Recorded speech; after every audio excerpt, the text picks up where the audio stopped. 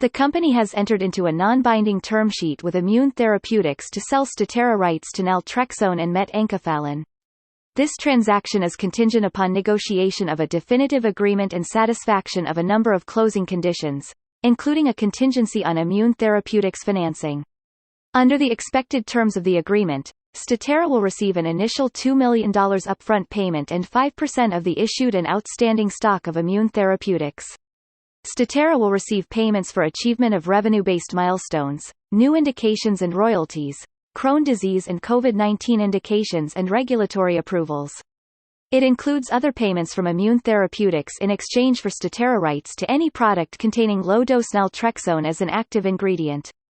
Potential indication payments will include asthma, multiple sclerosis, HIV and chemotherapy. In aggregate, this transaction has the ability to generate over $400 million in non-dilutive payments to Statera.